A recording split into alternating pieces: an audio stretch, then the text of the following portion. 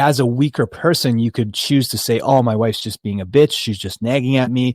She's just this or that, or she's not putting out because whatever. Or you could see that she's actually putting up a mirror in front of you and showing you where you need to step up.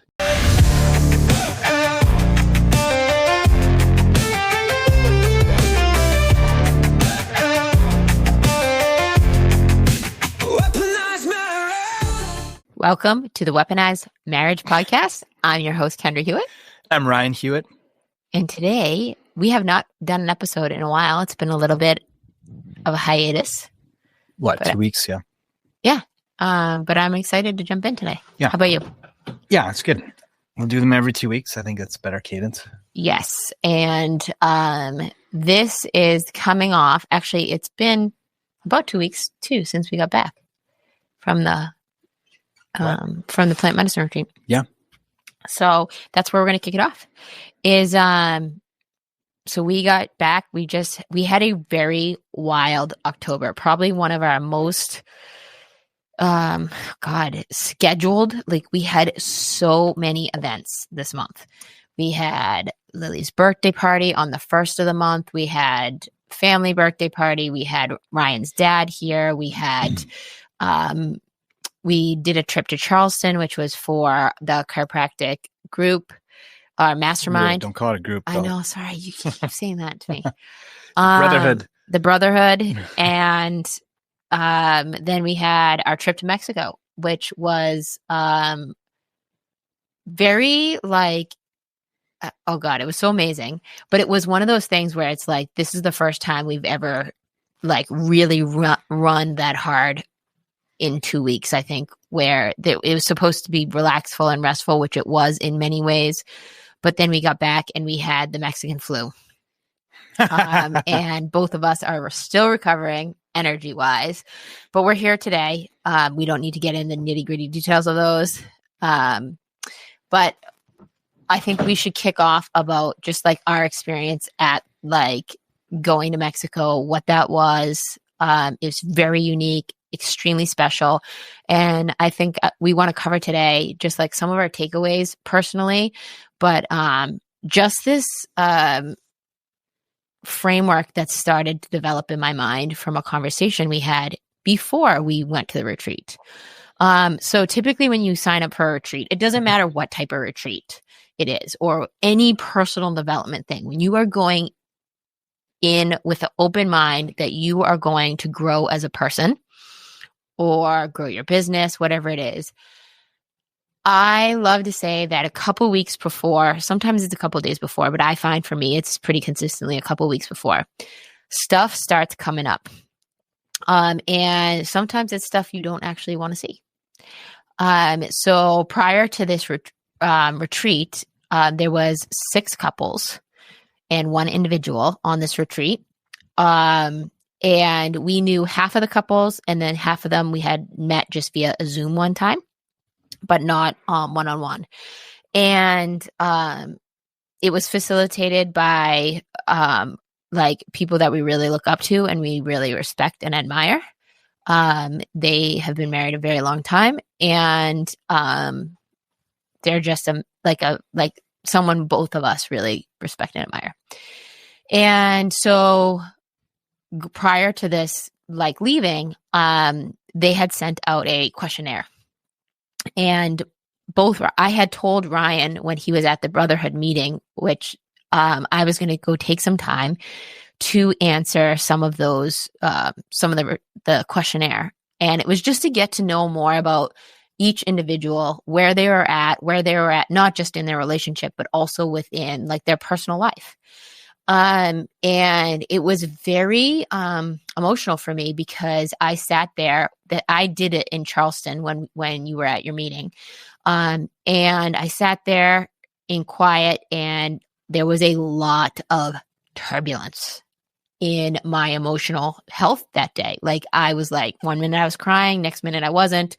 And I was just being open to rolling with what comes up, knowing that whatever came up, it was presenting itself to heal. And there were a couple of things I put on that questionnaire that I really felt that I needed some support on how to approach and talk to Ryan about, because they were things that I was, truth being told, very a little bit scared on how to address it with you. And so fast forward to the Mexico retreat, I feel anxious even about some of the stuff that I put in the intake form, because like I said, there were things that some of the questions were like, what's something that you've never voiced before that you are feeling like that you need to share? Which, man, that's a really I feel like a hard question.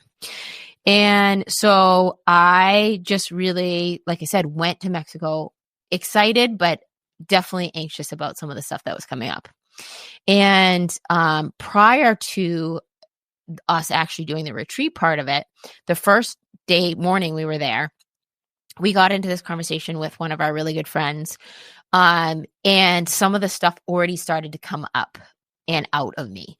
And one of the things that I had thought about was that Ryan, when he talks a lot on and he did it in this instance, he talks about the value of being a producer as a husband.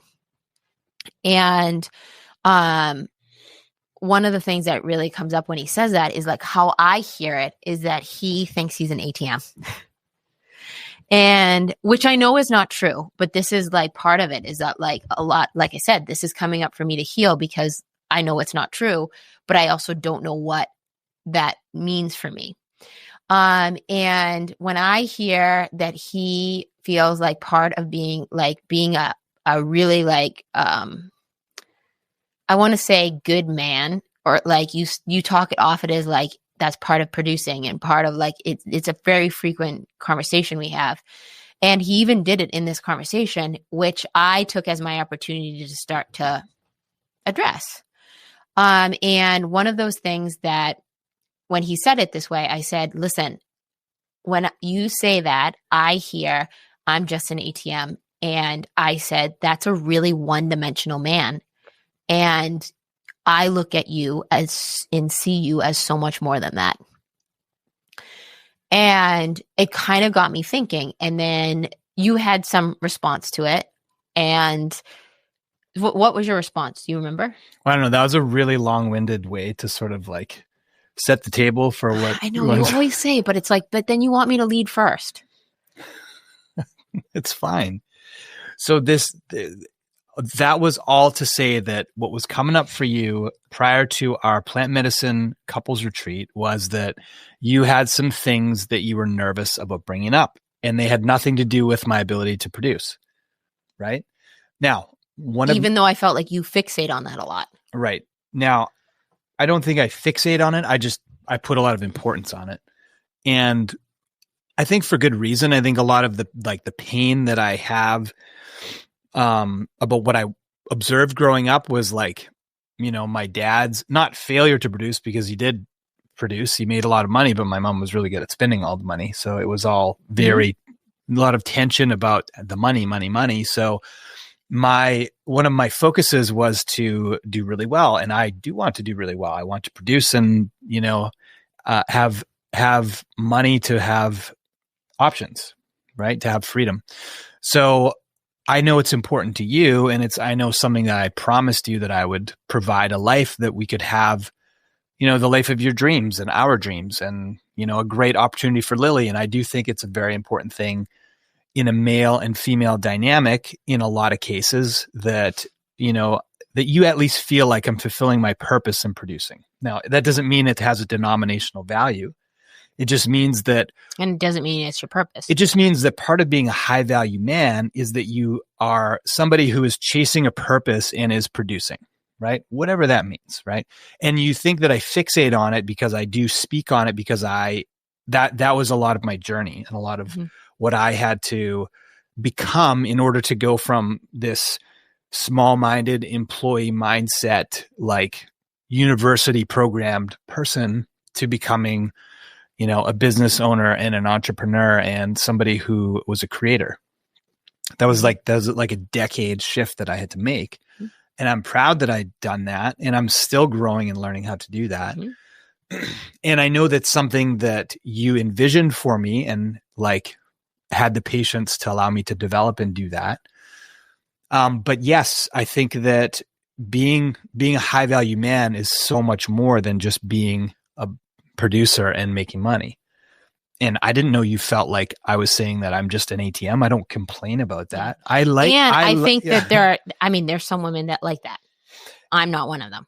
No, I know. And this is the thing that I understand. Like, here's the thing. If I just like laid around and was lazy and was watching my business fail, I don't think you'd be okay with that. No, but I'm also saying I'm not okay with you just thinking that your role is to be the producer. Right. So hence the concept we're going to Here's the thing is that I think in a marriage, in a strong marriage, if you're a couple that are really for each other, if you are on each other's, like you're each other's cheerleaders and you want to see each other grow, you're going to face, I guess, like you're going to face a lot of pain and challenges when it comes to ways that you're stuck and your spouse is showing you that you're stuck. Mm-hmm.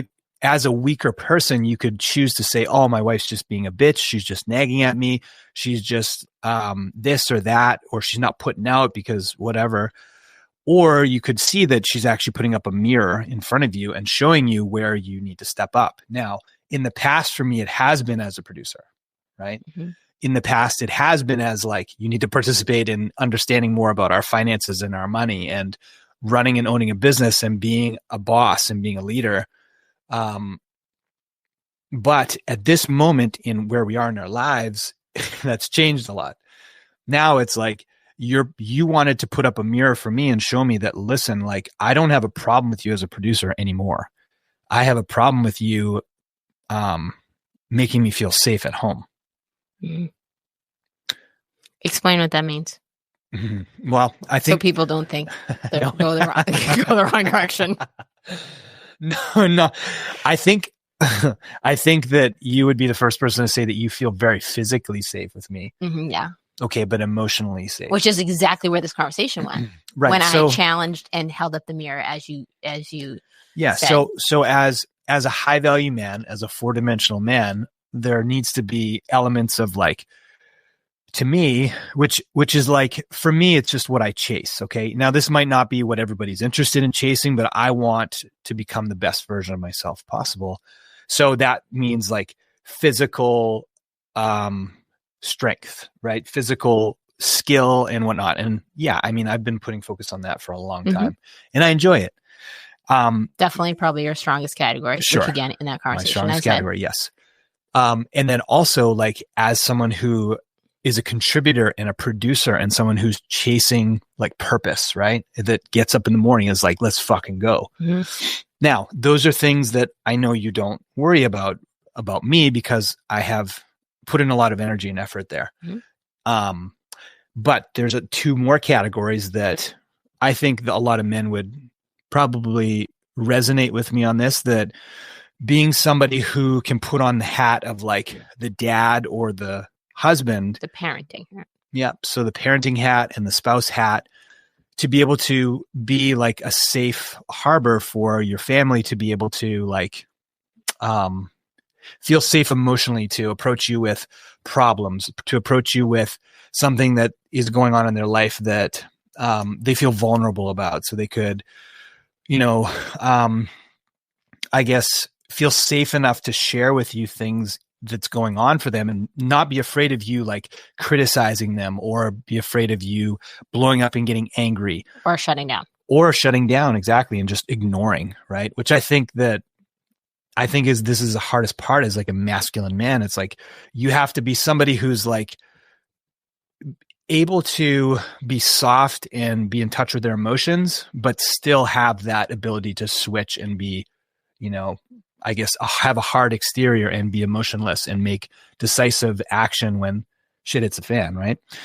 So, what Kendra's trying to... let me interject there. No, because it's really important that I make this point here. Okay. Is that because you're sharing it from your lens, right? You just asked me to. I know. No, I'm not saying that. What I think is really critical here, though, is that I was holding up the mirror of the leg that you needed to work on, which is we'll get there. Which is, but hold on. And oh man, now I just lost my train of thought. It was just going to be good too. Was that men, I think, from a psyche level as well as a cultural level, they are taught that vulnerability is weakness. And I think that is really huge to be able to discern that if, as a masculine man, that you know when to pick up the sword and when to put it down. Yes. Is a better way of sharing that, because like I said, there are so many men that believe, oh, if I cry, I'm weak. Or there are so many belief systems behind that, that are, like I said, conditioned from your family, your culture, and also even generationally. I think there's stuff there. And so I think that just being really clear there is that that was an old story of yours, is just how do I, that vulnerability is weakness. I don't know if I had that story necessarily. I just think that it wasn't vulnerability. I don't have a problem being vulnerable in front of you or to you, or I don't have a problem telling you the truth. I think that where I struggled was being able to just be able to hold space for when you needed to unload, just even if it wasn't on me, just unload whatever it was that was going on with you. Right? And not try to fix it. Well, not try to fix it, but not react, not take it personally. Right. So my journey and my challenge, I realize now, is how do you hold space, whether it's with Lily, whether it's with you, this could even transfer into what I do for a living, but just hold space for somebody and be able to listen and take in what they're saying without emotion and without reactivity or criticism or, something that's going to escalate the situation. Right. So this is what you were going back to when we had that conversation before the retreat started. You were trying to let me know that hey, this is where you need to work. It's not in the producer, because I went into this plant medicine thinking well, there's some barriers for me basically where I'm at in business. I want to excel and grow bigger. And for me, I was well, I want to go in here and make this about growing financially and in business. Right. Which maybe it will, I don't know. But ultimately, what I understood from, well, I mean, if you want to talk about our takeaways from the whole let's event. transition to that. Yeah. So what I realize is that, and I've known this for a long time, and I've seen it in countless situations where somebody who is holding in emotion, right? Whether it's they're unable to express emotion, they're unable to feel emotion, they're unable to quote unquote process things that have happened to them, and they've chosen to either stuff it or block it out or forget about it. What the plant medicine does is it makes you face those things. Whether it's coming up in conversation with other people or just sitting quiet, and these things will just come up and punch you in the face. And that's why I think plant medicine is scary for a lot of people, because they know that what if my secrets come out? What if there's something that's going to be shown to me that I'm unwilling to face? Right. And that's why it does take courage to, I think address the way that you really are, and not the way you think you are. And I think that there's a lot of, like you said, programming, but a lot of ways that you operate in life that are because of some of the things that have happened to you in the past. And it's not about oh, you got to look back at the past all the time and always revisit and just dwell on the past. It's not about that. It's about really identifying, for me, for example, my story that I've realized now that has always, well, in one way, it's been a curse and a blessing. So my feeling of never being good enough comes from when I was a child, right? So when I was, let's say, I don't even know how old, maybe 8, 10, 11. And just having a story that I'm not good enough. And whatever happened as a child, I don't know. It wasn't anything that was like I could write on paper and say, this was the pinpoint moment I started that story. Death by 1,000 paper cuts. But it was just probably a lot of things. And it's the reason that I'm ultra persistent. It's the reason that I want to like prove everybody wrong. It's the reason that I want to like succeed in life. So I've like, it's driven me. But the thing is that story doesn't serve me when it comes out as like reactivity when I feel like I'm being criticized, or like when a problem presents in our marriage and then I try to turn it around on you and make it all up like your fault and not mine. And which is what I was afraid of, right? Which I was afraid of confronting you on this because I was afraid that you would take it the wrong way and that it would cause us to spiral instead of to expand. Yeah. Like a lot of things have been going really great in our marriage, but one thing that wasn't was that I still had a tendency on occasion to like turn it into like a narcissistic conversation and make situations about you and you're the problem and not me. And I think that some of that like narcissistic tendency I can trace back to like some of the ways that I observed my parents interact as a kid. And like, I don't want that to be the way that we operate. I don't want Lily to watch that's the way that we communicate and operate. And that like, I think that's why like the weekend overall was like really upsetting for me.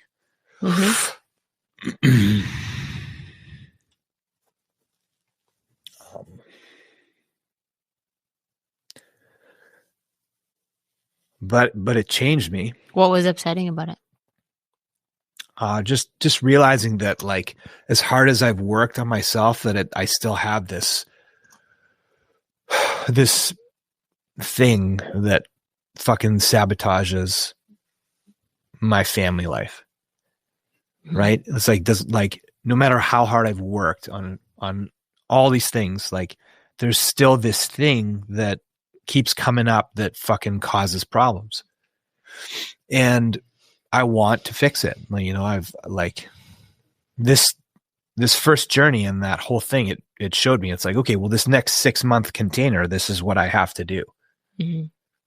Right. Yeah. I think too, is that like, and I can relate to this, as well, is that like, I've always, one of the ways that I think that you and I come together, but also how we drive each other apart is both of us think that we can outwork everyone.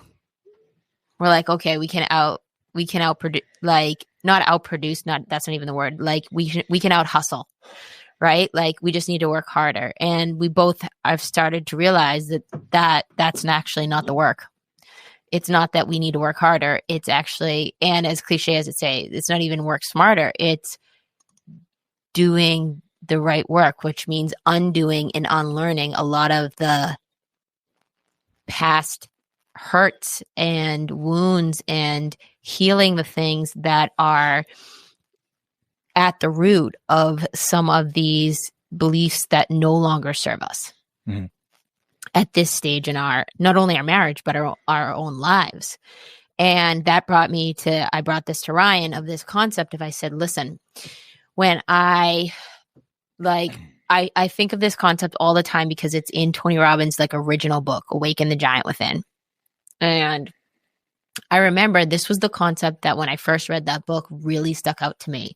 And it's a concept he still uses as the framework of a lot of his stuff. And I said, could we apply this framework to marriage so we could talk about how you go from coexisting in your marriage, which I would never describe our marriage that way, but I know a lot of couples do. Well, I think we have been there before. Yeah. And we've definitely been there before, to where the real theme of our journey together was, what do we want to co-create? And shifting from the belief behind coexisting to the shift of co-creating is a tectonic plate of movement, in my opinion. Tectonic shift. Yeah. Well, it's a plate that shifts, right? Yes. Good job. You used the word. Yes. And so the reason I said that, just my boss shared that part is because like one of the things that has been life-changing for me with the plant medicine has been that you see these small shifts and over time they become massive shifts. And they are usually really deep work that you would not do without, in my opinion, the context of being on medicine that allows you to separate the ego and remove your identity or mask that you put out to the world and be your real authentic self.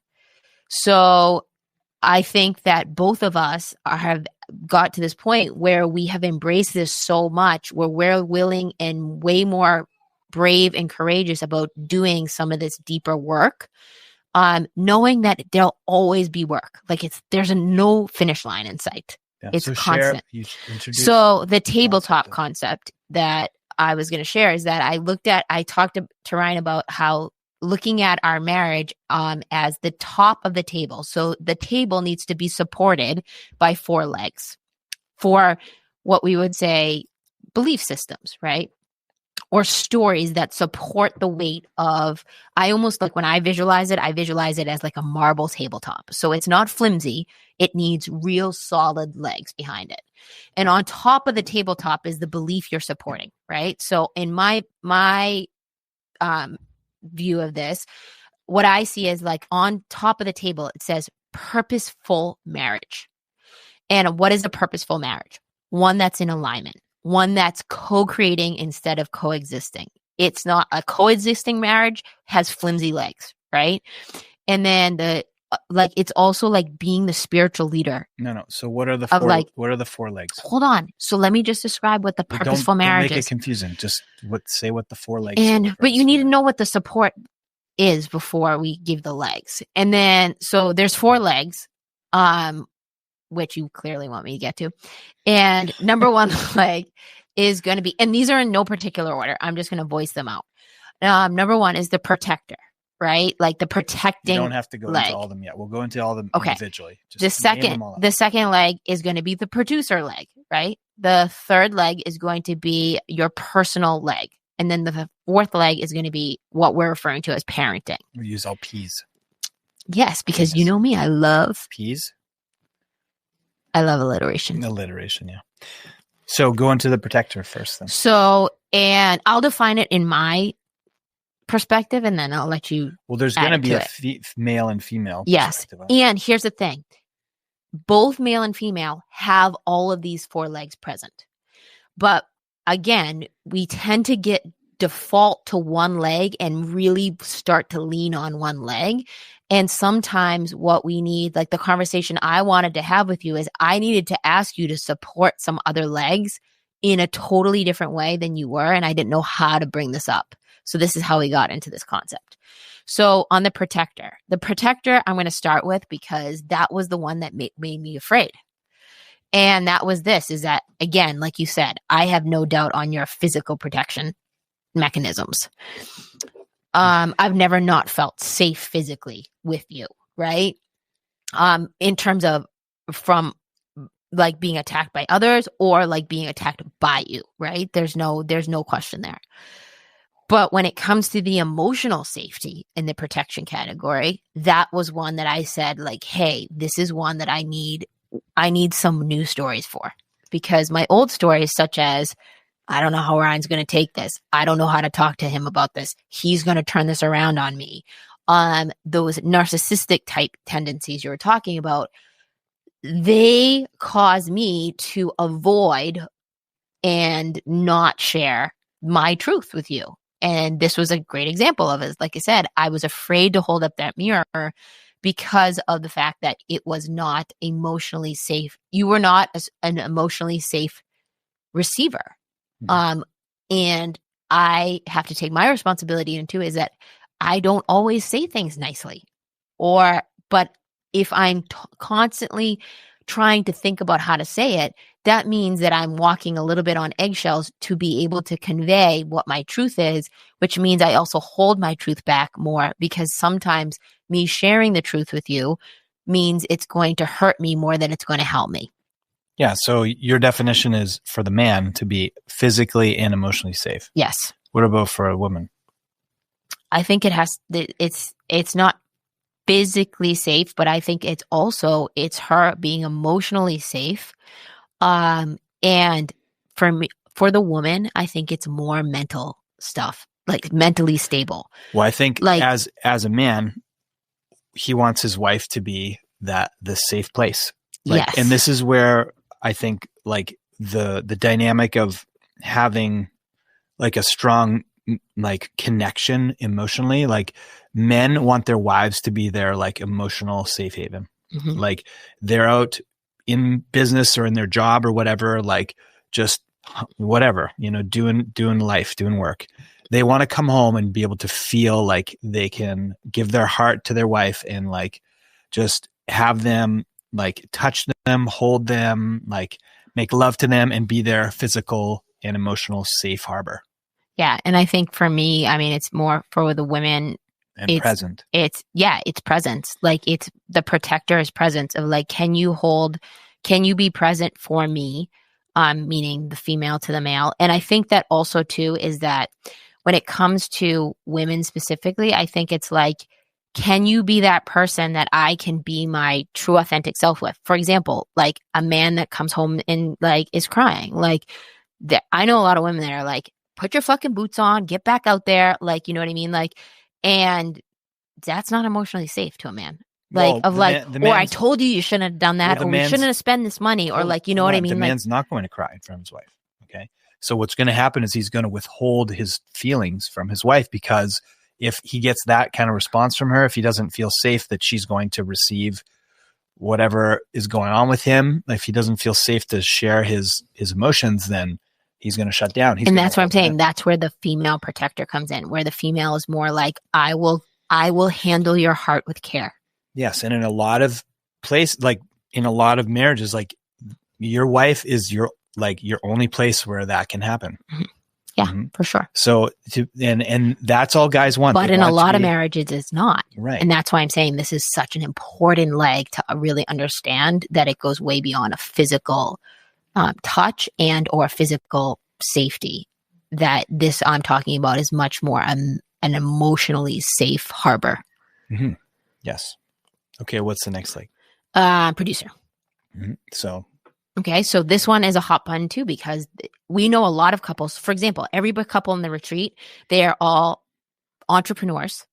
They all have multiple businesses, like success in many different realms, both financial and like every way you can imagine, right? A lot of abundance.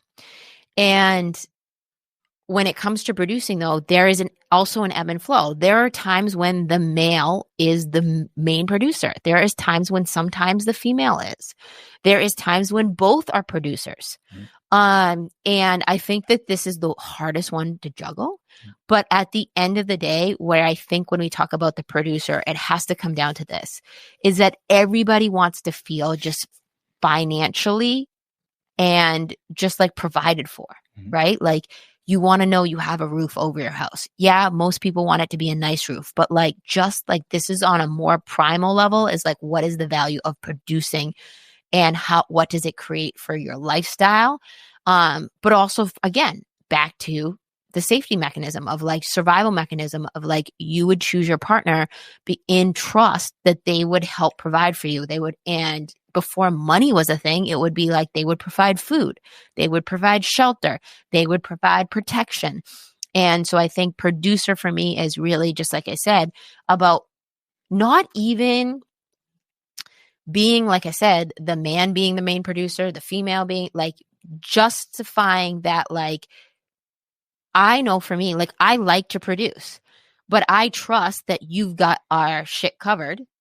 And then on top of it, now I'm at a stage in my life where I get whatever I produce, I get to decide what we want to do with it. And right now, so that's a much different place than a lot of people operate. And I think what you just said there is important. I think that if I understand women at all, which I don't, but maybe a little You're bit, trying.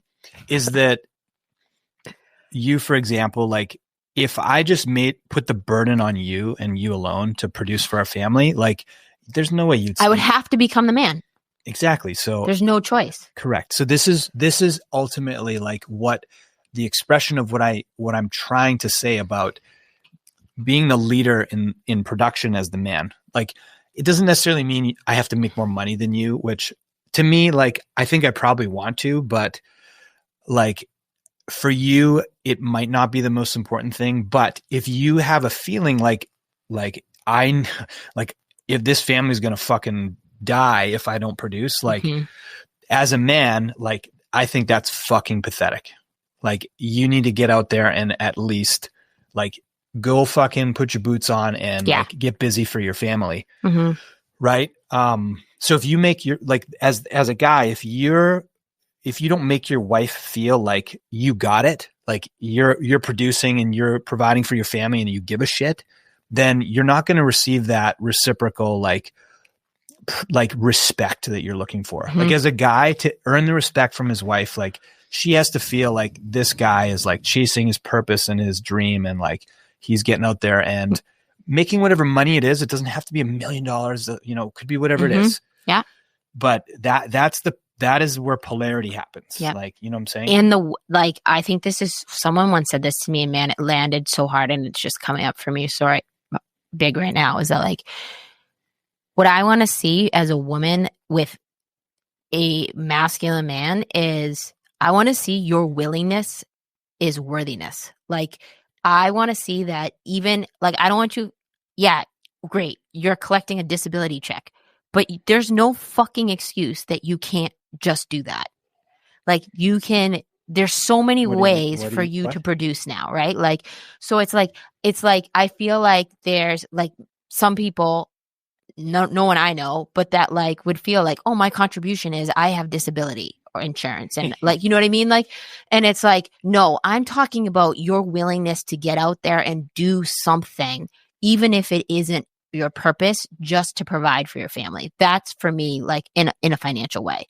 When it comes to a woman, I think that there is the other side of me is like, I want to produce because I want to contribute beyond what we already have, you've already provided for.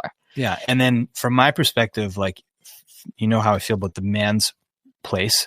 But for the woman, when it comes to provision, right, that doesn't have to look like you're out in the workforce or you're building a business or whatever. In fact, what I think a lot of guys want is they want their wife to help them produce a home that is beautiful and safe and like a great environment for their kids to grow up in and calm. Yes. Yeah. Now, both the man and the woman can both contribute to that. I'm not saying, but in a lot of cases, it's a more natural place for the woman to have that, to create the home, right? And use, like, that's part of provision. That's part of providing, right? So if like safety and security, physically, emotionally, like we could lump sex into that category and whatever, like provision and providing, right? That's where money lands, right? So sex and money, those are two like big hot buttons in marriages. And I think that those are two very important legs. And I think ones that are like often confusing and confused, especially nowadays with, women can, do it without guys. They can do it on their own. Yeah. Or like they can have a child without having sex. Yeah, exactly. So there's a lot of confusion, but just to make it really simple, I think, in a strong marriage, I think that there's a strong agreement with the man and woman about how the provision happens. You know what I mean? Like for us, there's just no, like, we don't talk about that. It's just like, we have this unspoken agreement of how it's an unconscious belief. Yeah. Right? And it's same thing with the, not necessarily. Anyway, so let's go to the next one. Okay.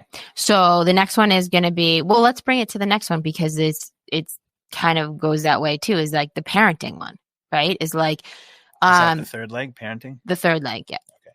And the parenting one is one that I think is like, there are people, for example, there are many people that get divorced that do an awesome job co-parenting because this was a strong leg for them even before they got divorced. But when it comes to a married couple, I think there's a lot that goes unspoken. And this was one that I needed to talk to you about because I was like, listen, I was like, how I approach it, I was like, I want you to have more time with Lily that isn't just time where we're like making dinner and stuff like that, where it's like you can be fully present with her. And part of it was that means that some stuff in your schedule needs to shift because of that. But I was really even afraid to bring this up because every time I've done it in the past and we've moved your schedule around a little bit, there's been different things that have filled that time. And one of the things that was really important to me is like, listen, I was like, I need you to be more involved in the caretaking because a lot of the caretaking has defaulted to me. And I'm not complaining about it, is what I said, but I just want you to be more of a part of it. Mm-hmm. And I didn't even know how to have that conversation with you because I was like, I don't know how to say this, like without sounding that I'm complaining. Well, because I probably wouldn't have received it as well when I felt like, yeah, well, I'm working my balls off to make this life that you want, for you and Lily. And then now you want me to spend more time. And like, it can be a confusing proposition when you're trying to do all these things and you think you got it together, but then your wife comes to you and you're like, no, you're still fucking up. You're not good enough. Mm-hmm. So that's because when I do come to you with stuff like that, where you go is, I'm not good enough. Right. So this was the first time that you actually really kind of brought that wound and that story up to the surface of like that everything comes back to me is like when you get reactive with me, it's because you're not feeling good enough. And that little boy that you talked about before starts showing up and he really just needs a hug and me to hold him. But do you do that? But that's really hard for me. It was really hard for me to like understand that. Like, right. And do you understand it? And yes, I do much more so. Yeah. Especially in the last couple of weeks, as we've talked about this multiple times, right? Okay. And then the fourth leg is the personal one. And this one is one that you and we felt really strong with. So the two that I personally felt we were really, when we look at that purposeful marriage table, was that needed some support was the protector, the emotional safety specifically, and then the parenting one for me. Mm-hmm. And then but like I said, it's so ironic that you go to this retreat thinking like, hey, I want to use this how to make more money, like, or like get through some of my business stuff. And that's when I held up the mirror of challenging you without having you put your armor up. You didn't get into the personal leg. So I'm going to say it, but this was also one of our stronger leg, which is the personal. Now, when I say the personal leg, what I mean by this is, are you doing the work to be there for your family? Like, that's how I hear it. Like, and that might look different for everybody. Are you taking care of yourself? I think this is yes, it is a combination of actually your physical health. But what I think really came up a lot in this retreat specifically was how important the mental, emotional side of your stories that hold you back or wounds that have yet to heal, and how trauma can really get trapped in your body and not only affect you physically, but also all the people around you, including for generations to come.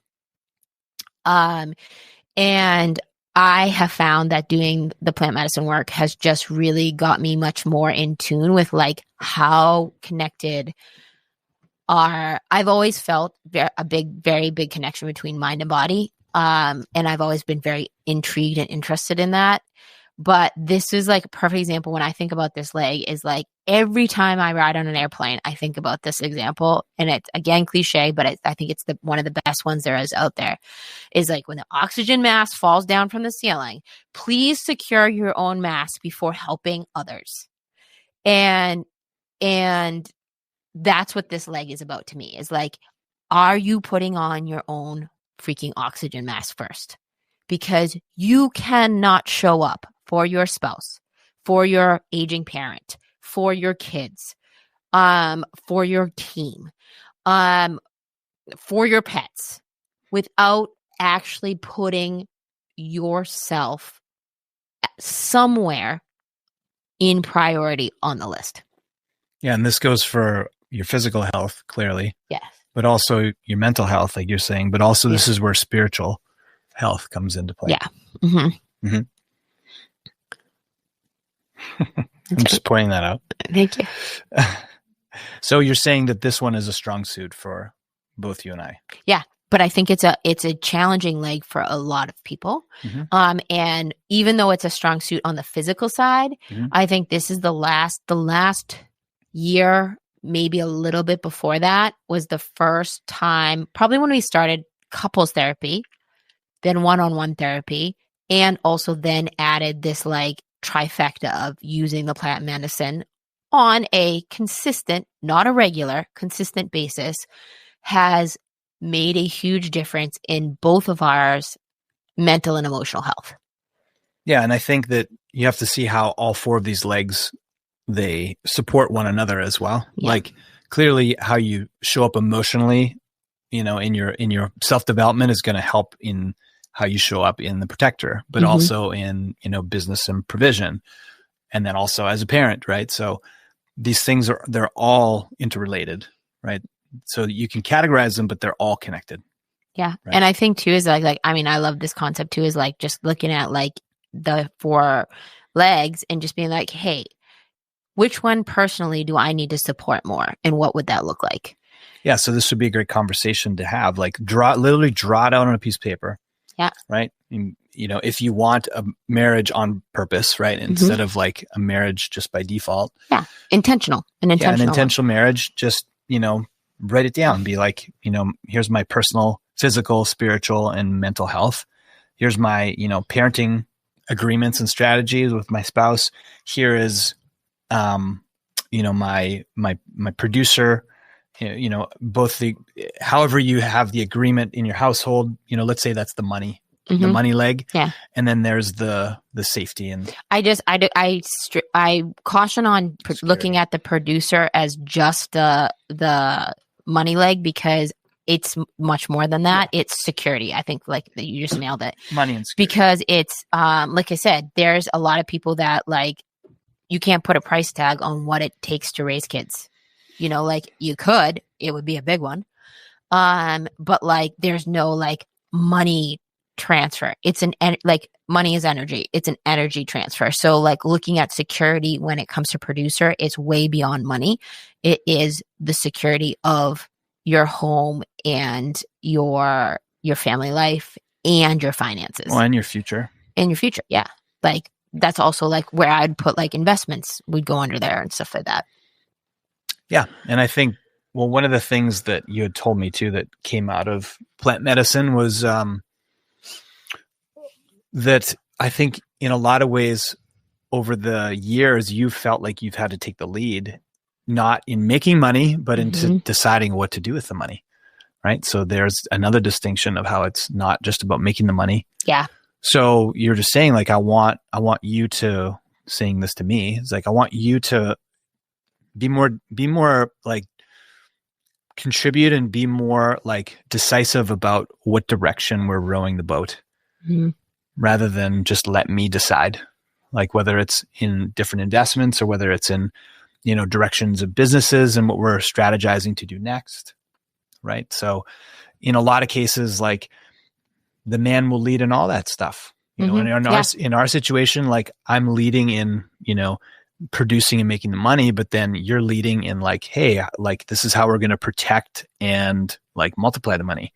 Yeah. But I think the more we involve each other in those decisions, the more we feel like we are creating together. Yeah, co-creating instead of coexisting, which is like, that was our, like I said, the overall theme is like, and I don't think we have all the answers, like I said, right now. No, all we can do is give examples of what's worked for us. Yeah. And whether people get value from that or not, I don't know. Yeah. And I think it's just like, even just having like, let me say this in closing.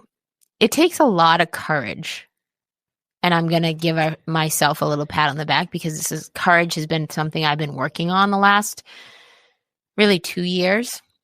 Courage and confidence, and having a real raw conversation like this, like we just had, is it's nerve-wracking at times, man. Like there's been so many times, Ryan will agree with this, that like I've been like, delete that episode. Or like, and if it helps one couple start to have this dynamic of conversation, where it's just real and raw and how they really feel, then I think that all of our time on hosting this has been worth it. I agree. And I think that like it comes up, like the premise of us even doing this podcast when we started in February, was that we believe that healthier relationships lead healthier families, and healthier families build healthier communities. And it makes it a better world. So coming full circle on that is just like, it is our job to do our own work that is given to us. It is our job to identify what wounds we need to heal and what we need to start doing to do that. But then once you start peeling that layer of the onion off, your relationships and the people that you love are only going to get better. Sometimes it's like when you clean a room and it looks worse before it looks better. And I think that one of the huge things that I've just like, even going through this tabletop, is like, I'm committed to like improving on some of these legs. There's ones, just like we were talking about, that like are a little bit easier for us. There's going to be ones that are maybe different for other couples that are a little bit easier. But just like, if you can get back to where you can be in a place in your marriage where you can feel safe enough to hold up the mirror, you know you're growing. And sometimes like there's a real value in like, there's such a thing as growing pains. Anything because if you're not growing, you are staying stagnant and you're dying. Yeah, just know if you're not having challenges in your marriage, then you're probably not looking at things hard enough. You're probably one-dimensional. Right. And not multi. Yeah. So mic drop. All right. Smash a 5-star review, share, like, save, subscribe, all that good stuff. Rate, review, and subscribe. And we'll see you guys in 2 weeks.